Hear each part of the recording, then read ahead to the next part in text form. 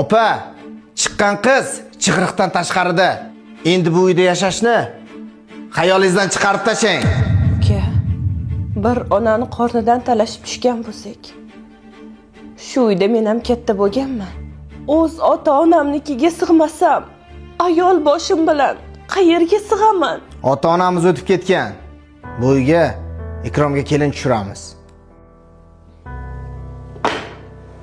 Buni olingda bugunoq uyni bo'shatib qo'ying. Qiz bolani taqdiri shu ekanda.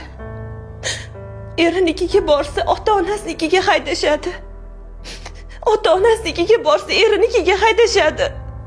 Pochchang rahmatli tirik bo'lganlarida men ham qaytib kelmagan bo'lardim. Yuringlar bolalarim. Bir kunimizni ko'rarmiz.